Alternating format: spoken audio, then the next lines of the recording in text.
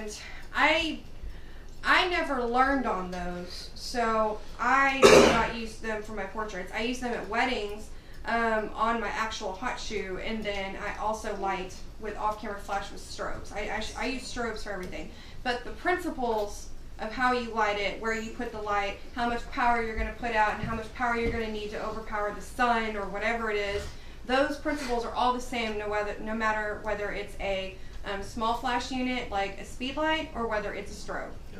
Yep. I use a Profoto brand for my strobes just because I wanted something that was battery powered that I didn't have to take quartz for. I used to use Alien Bees, which were like, for a while there, they were like super popular studio lights. But you know, you had to have like an extension cord to plug in if you wanted to do pictures in a field or something, you know, and that wasn't practical for me. And so I switched to Profoto like a year and a half ago, and they're insanely expensive, but they paid for themselves in the first 2 sessions. I say that because I spent probably $4,000 buying the setup that I wanted. It was the dream setup. Sort of help you. I can help you.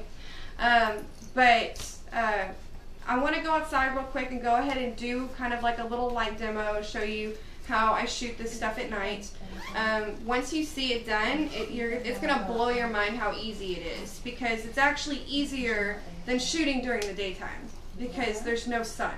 You know? You're not competing with anything. You're not competing with anything. You are literally going outside and just creating the amount of light that you want. So it's so easy.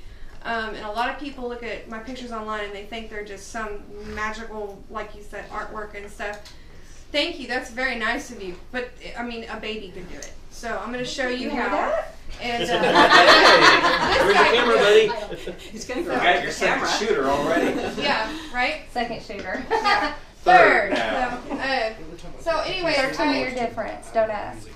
You know, I want to show you guys how to do all this because I think that, you know, it's brought a lot of clients to me that I didn't expect.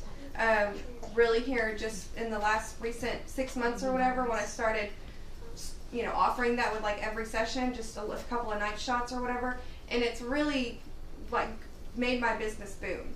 And so if it can do that for me, it can do that for every single one of us. Like there's enough people in Lufkin to sustain every single one of us, even if we have our own company and our own storefront and our own staff of 4. I mean, there's enough business here for everybody to do amazing. And so I want you guys to take what we're going to look at tonight and think about how you can apply it to what you shoot, whether it's, you know, landscapes or whatever. Shoot it at night. Just try something different, you know. But y'all probably already done that before. So. Okay, so yeah, so I got to set up my lights first. Just take a look at what she's got. This is her Profoto. This is what she uses for her off-camera flash. A little bit bigger than our speed lights, right? And here's why I put this thing on a... Can you guys see? This is what she uses. It's a powerhouse, isn't it? If you'll hold this, I'll do that.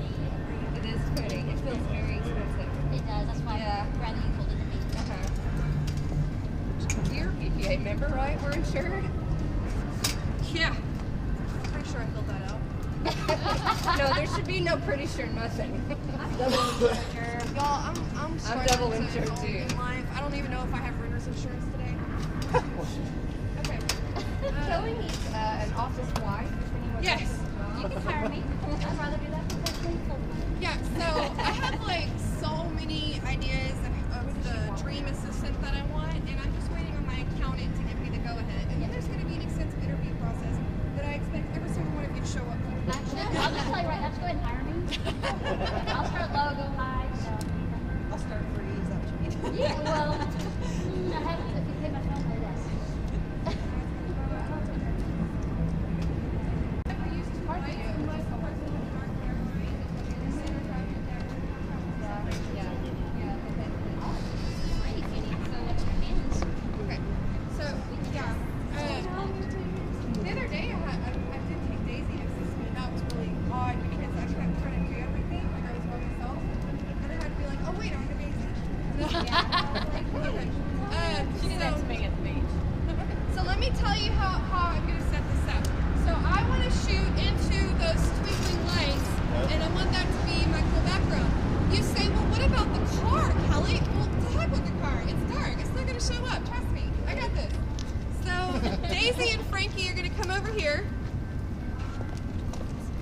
I'm going to put them about where I'm standing.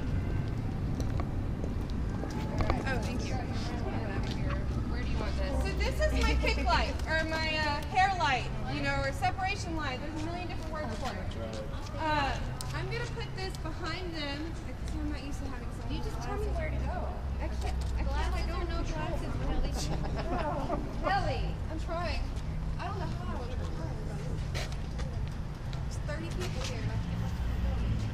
Okay, so the reason I have a strip light or strip box, which means a skinny 1 foot by 3 foot soft box, the reason I have that for my light modifier is because I want to control the direction and the amount of light that hits the back of my subject.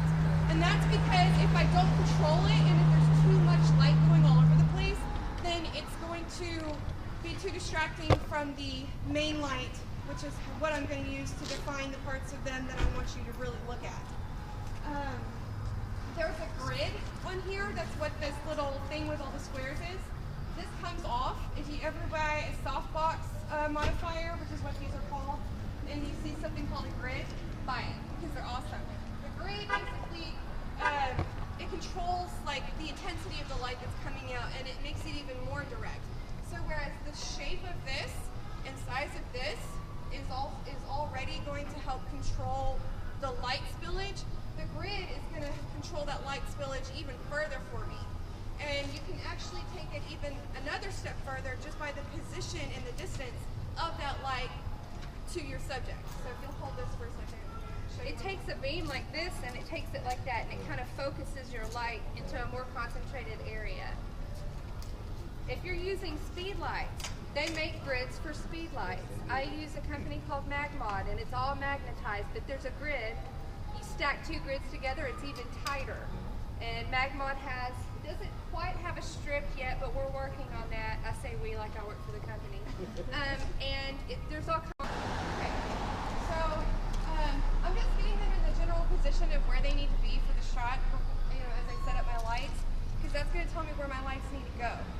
I'm not going to post them until everything's good to go and I'm about to click the shutter button, because you don't want them to get tired waiting on you. So portrait photographers, think about that. Okay, so the reason, you'll stay there when you're standing. So the reason that I'm going to put this light right here at an angle and at this distance is because if I put it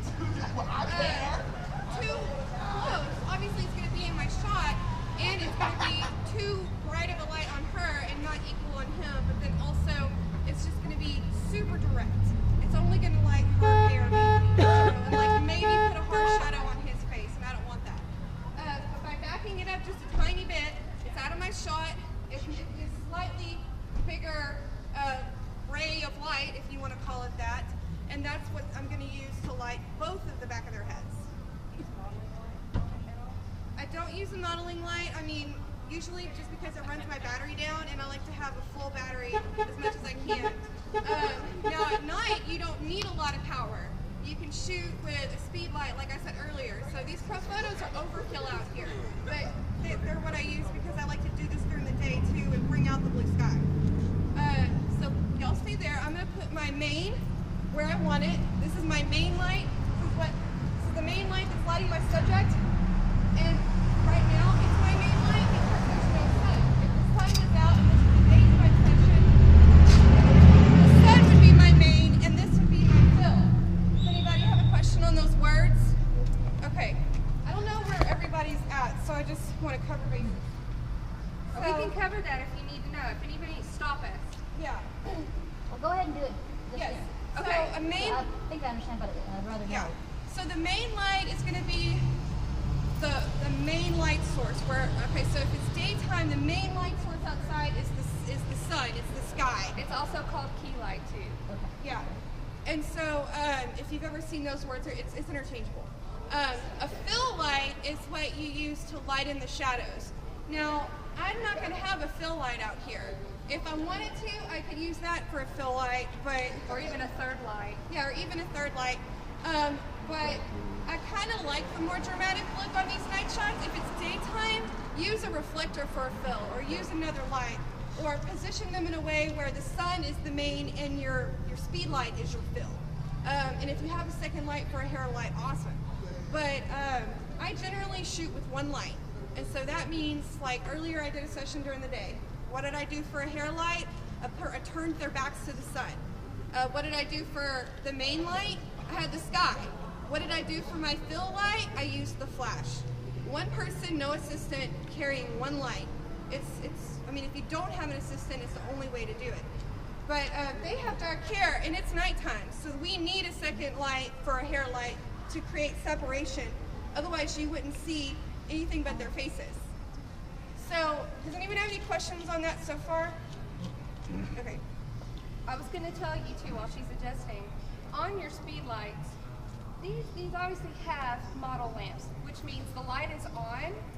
While she's figuring this out, you can see where the light's going to fall, but it does drain your battery down. And when she hits the shutter button, then it goes away and the power of the flash comes on. On your speed light, a lot of you, if you look on the front to the right of where your lens is, there's a little function button there. If you press that and hit your shutter button, it will take your flash head wherever it's at, and it will do a blinking white light. It's not a model light, but it will show you where your light's going to fall on your subject really fast. So if you have it, and it's over here and it's on its stand, and you have a trigger up here, you press that button and hit your shutter button and it will blink for you. If not, there's a way to set it up on most cameras. So just know that there is an option for a model light on a speed light. What button is that? End button. It's right here. You press that at the same time that you press. Yeah. Yes, you press here and then you press here, and it'll cause it to blink. Well, you've got in an auto right now, so it thinks that it needs that. Yeah. But I'll cover that before we leave. I'll demonstrate on mine. Yeah, fear not. We'll figure it out. Kelly, what lens have you got? She's shooting her 70 to 200, I think. I'm sorry, I got distracted. I think someone's transmitter fired my flash. Sorry, that was probably mine. What transmitter do you have? Actually, no, it didn't be mine. So I don't have transmitter. No. My lights don't sync. That's why I'm wondering what just happened. No. Yeah, I shoot all of my portrait sessions I do with a 70 to 200 unless there's not enough room for it. Like if I'm in like a small getting ready room at a chapel, for example. So, Do you use your lights for that too, when you go on, depending on the setting? usually I try to shoot all natural light in a place like that, and custom white balance for the color of the light that there's available. If I can't shoot natural light, like there's no windows or whatever, then I use a on-camera flash, like a speed light, and I will bounce it off of a white ceiling if the ceiling's white. If the ceiling is not white, then I will use a light modifier on it, like you would use like a mag mod, or you could use, I have one of the Gary Fong light spheres, but you can also just use a bounce card, or you can make your own out of like a white styrofoam cup. There's all different kinds of ways to save money and get the same effect. But what I'm doing right now is I'm just doing my test shots before I pose them, getting my exposure on my background correct. So obviously you have to shoot a pretty high ISO. I shoot at 1600.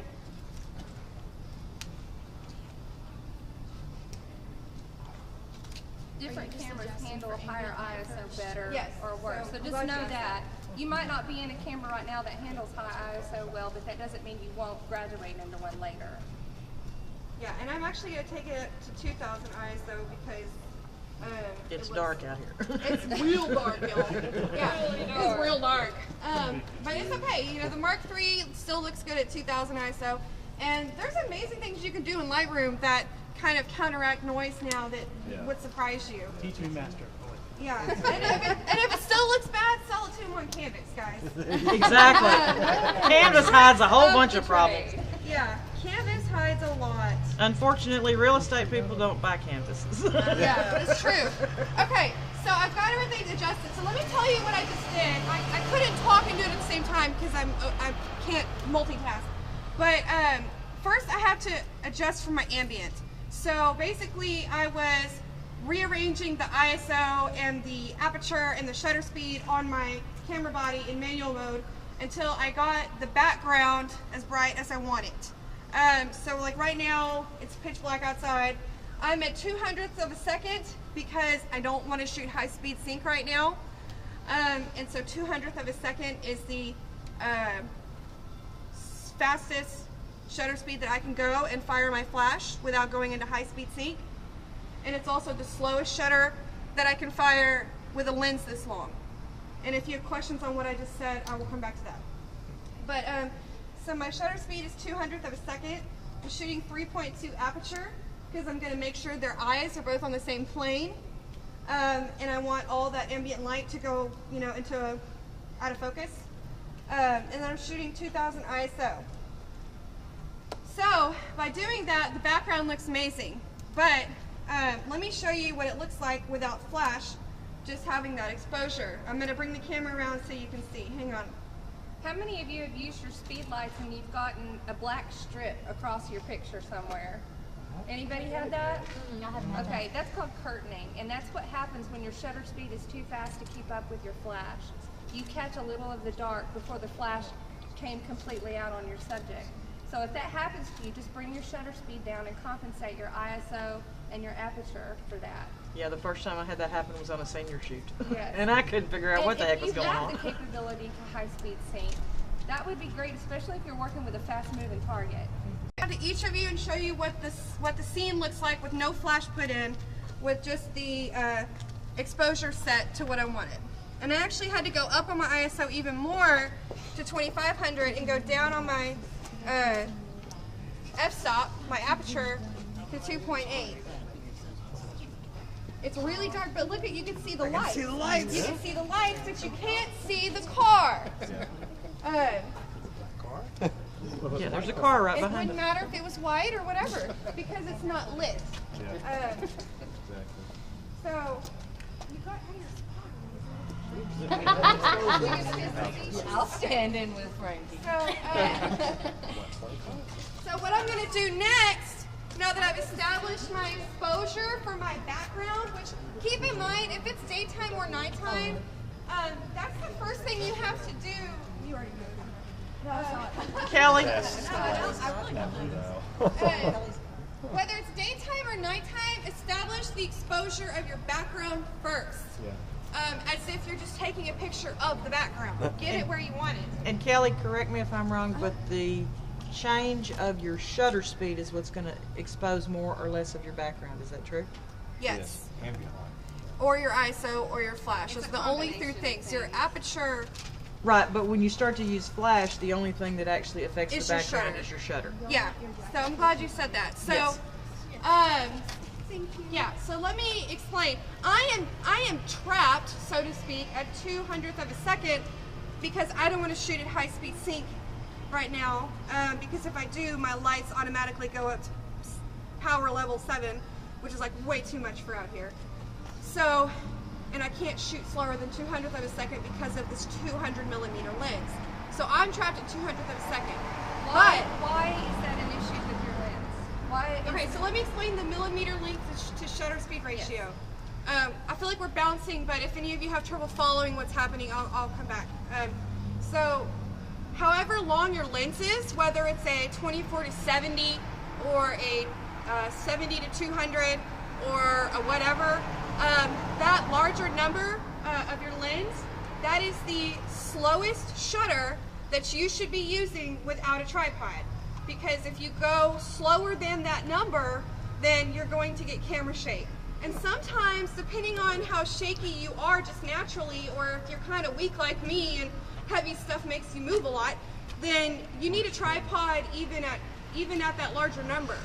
I rarely use a tripod at 200th of a second because I don't want to carry another thing. But if I'm shooting, you know, this lens below 200th of a second, like in a place where I can't use flash or whatever, then I absolutely use a tripod. Does that make sense? So a 50mm prime lens, you would not take a shutter speed lower than 50. Correct. A 35, no less than 35. Correct. A 70, no less than 70. Yeah, like a, I'm just clarifying. Yeah, I yeah. didn't know that. yeah, that's, Yeah, new to me. yeah. And it's kind of an easy thing to remember once you've heard it. It's just one of those things that you don't hear very often. But it's like a little known thing I picked up from some old guy one time. But he was really smart, don't get me wrong. But so anyway, so let me go back. So that's why I'm shooting at 200th of a second. Now what Janet mentioned about if you wanted to expose your background more, you just change your shutter speed. That's absolutely true if I wasn't trapped at this one right now because of my flash. I could just go down to 1/60th of a second if I had a tripod, and then that would brighten the background for me too. But because I didn't bring a tripod, I am adjusting my ISO instead. Is everybody with me still? Yes. Okay, so let me go back to what we're doing. So I've exposed from my background. Now I'm going to light my subjects. So I've explained to you the position and the purpose of the kick light or the backlight or hair light, whatever you want to call it. Don't move. You already moved, so now you're going to move again. So And this is why I don't shoot people. Glasses or no glasses? no glasses, unless you want them. Fuck you. Okay. So the reason that my main light, is over here and my backlight is over there, hair light's over there, is because I want them coming in from opposite angles.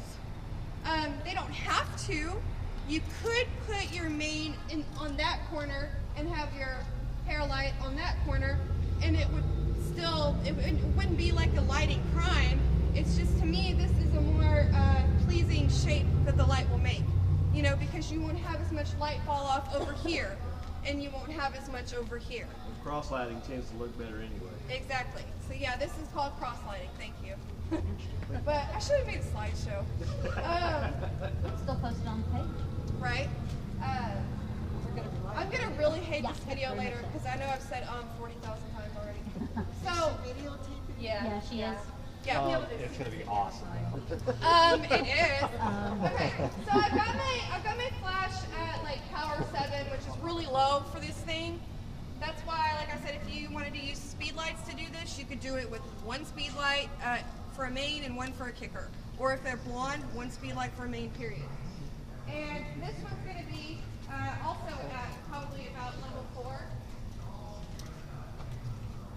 How high do they go? They go to 10.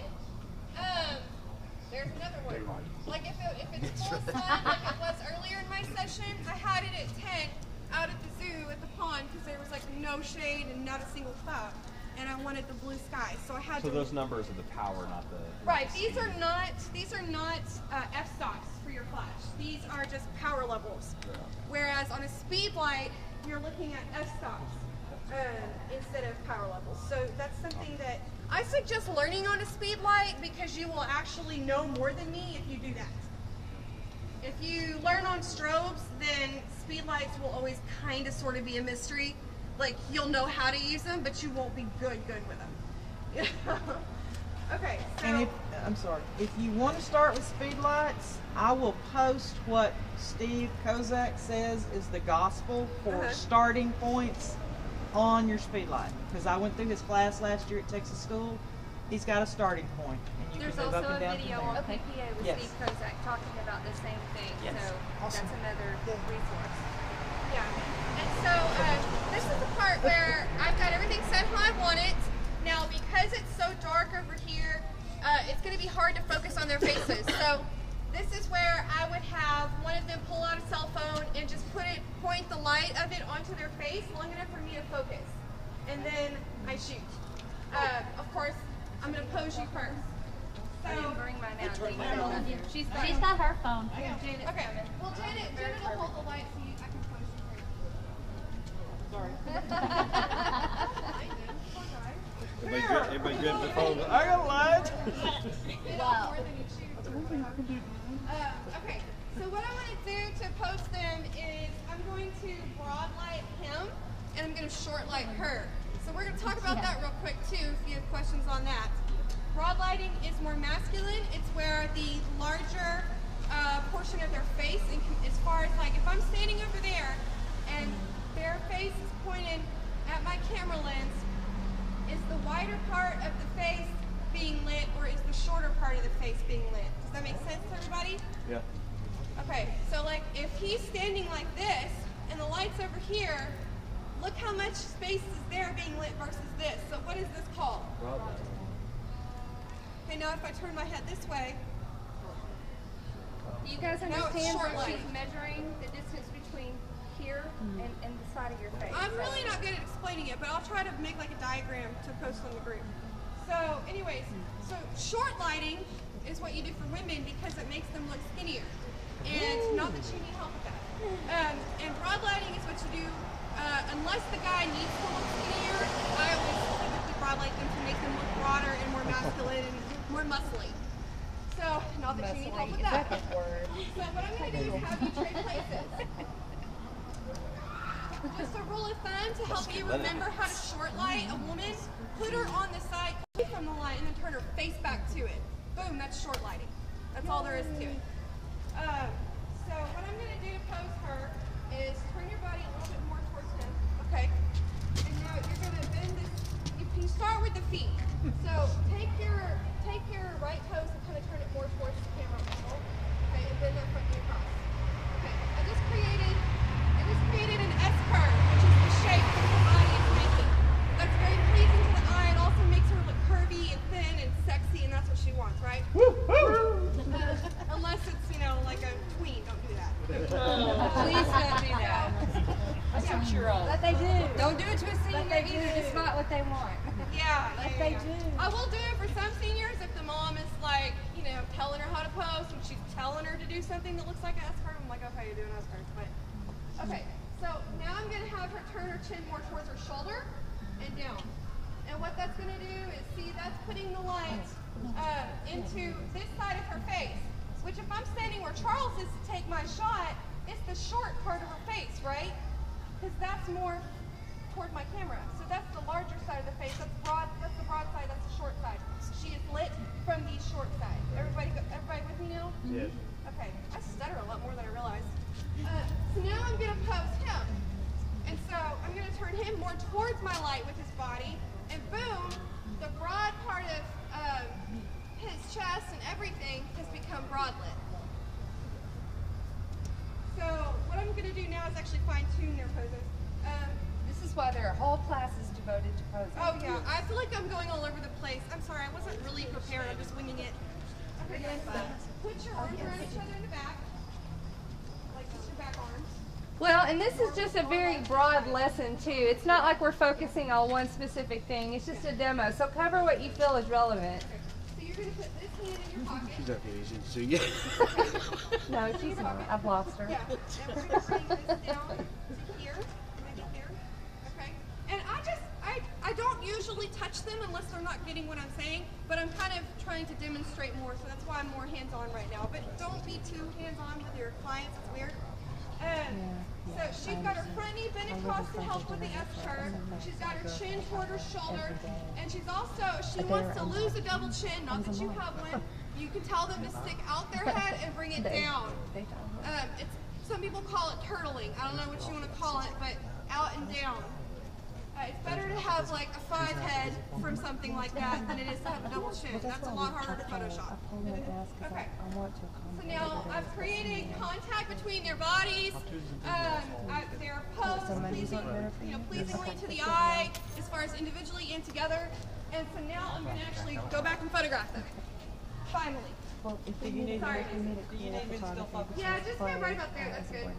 Okay, so I'm going to try to stand back far enough that I can show this giant light post and all that color behind them.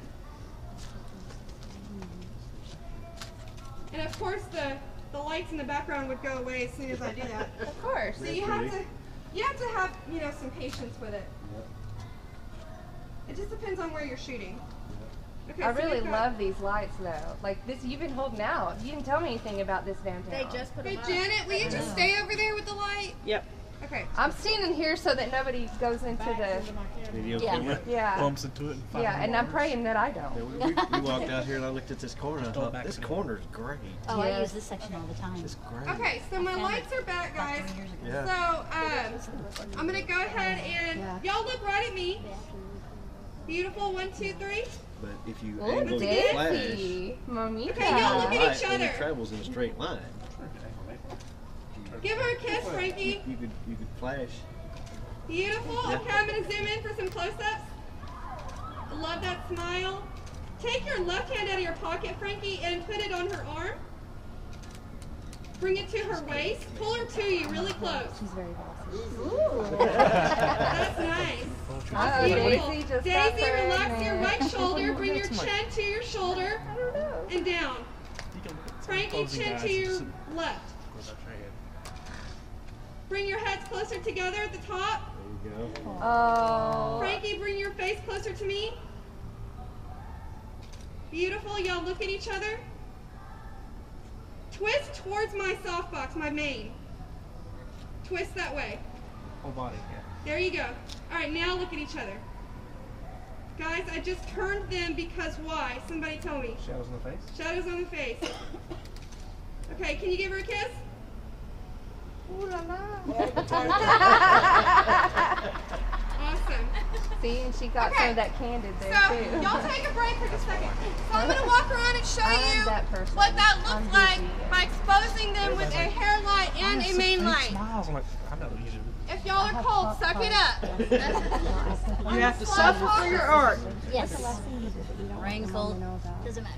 I can assure you that cold is much worse when you're a landscape When photographer. you're with couples, you can say, whisper in her If I ear, was the outside alphabet doing landscape, I'd be backwards. wearing different clothes. That's Yeah, me Because too. it's stumbling Me to come up with too. words and they laugh. I have been up at 4 And just o'clock in the little morning things because like of yellow that. face. Yeah, you come up with these and there's even a company online. It's called get your Show Me thermals Your on. You. And you can buy these little cards. Maybe some and insulated you can coveralls. say for weddings, for couples, for teens, for whatever. And they'll send you a whole card with these questions. So guys, you can do this with a senior, a family, a engagement couple, a bride.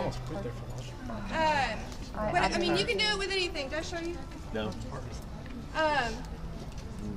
Very nice. Oh, Daisy.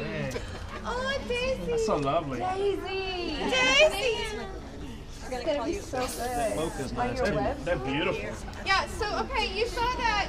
You saw how out of focus the background was? That's the bokeh that's created by the 200mm lens. You know, and I could have stood closer to them and been zoomed all the way out to 70mm and got a shot that showed the same amount of their body and the same amount of background, right?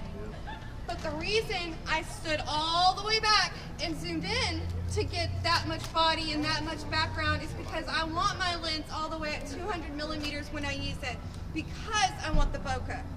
Am I even saying that word right? Bokeh? Yes, you Yeah, are okay. saying it right. Depends on who you ask. Yeah. But, I've been told all kinds of things. Also, so. Kelly, don't forget to mention the compression. Oh, yes. Yeah, so the bokeh is the compression. Like, those words are interchangeable, at least I think. I could be wrong. But another... Compression is it brings the background closer to your subject. The depth of The field. bokeh is created by the large aperture Okay. and the lights being out of focus. Okay, you just explained something I didn't actually know. That's awesome. So, yeah, so basically what he just said, if you look at the photo and you go, man, it looks like they're just pasted onto that background. It's like right there. It doesn't quite look real, it looks Photoshop. That's the compression you're talking about. Right. And that's also from standing farther back and zooming in. Another reason you want to stand as far back as you can and zoom in to get your shot that you want is because that's how you avoid distortion. Have you ever like stood really close to somebody and taken a picture and it looked like their head was like really big and their body wasn't? Yeah, the funhouse effect. The funhouse effect. That's distortion from not standing back and zooming in. Sometimes you want that. Yes. Sometimes you want the distortion Yes. for artistic effect, or if you're doing a wide shot, it's just kind of a for Sometimes you want architecture. it I mean, you can use it for purposely a because you're million doing things. an So art don't think shot. that distortion is bad. Yeah. It's just in the right environment. However, the best portraits are typically Yeah. taken between 70 and 200. Yes. That's why that lens is These are 85. moolah. Yeah. I think if you I shoot love it at a certain angle, you can use the distortion to make someone look thinner, yes. But you have to embrace that funhouse effect when you do it. Is there a bar around here? Y'all don't post any of this without me looking at it first. Too late. There's a coffee Okay. shop. We had one more down Watch the light Oh stand. my gosh. Yeah, I see it. Yeah, so do any of you have any questions? questions on any of this stuff? Because, I mean, I know y'all are cold. Or go ahead, Casey. How do you, like, you don't need it in light? How do you Okay. figure out how- Great question. So, I've had my lights so long now that it's daytime or nighttime and look at how bright or how dark it is and go, okay, I need to use this power or this power. But if you wanted to use a light meter, you could. And all you would do is basically like, you would stand where your subject is going to be, or you could just come up to your subject. If this is Daisy and I'm me and I come up to her with my light meter. Do any of y'all have light meters? I do, but I don't have it with me. I've got it. So the kind of light meter that I used to use whenever I was like real motivated and took it out of my camera bag every day, you like unscrew the thing and the bulb pops out. Anyways, I would put that in front of their face. I think her door's locked. And whenever it says the It's an alley, go exposure for is it. on their face, then We have flashes and it ain't that dark. sure. And I might have this wrong because I haven't done it in a long time. Oh yeah, that's what you need, is to be arrested in Lufkin for exposure. Then I'll be forever. What do you call those pervs or something? They have to live under the bridge. Yep. Sexual deviant. No thanks. Put you on the sex offenders registry, and then you can't take pictures of kids anymore. Okay, so, thank goodness I don't like and I pictures could be wrong anyway, on yeah. this, but when you light meter it by their face, I think whatever shows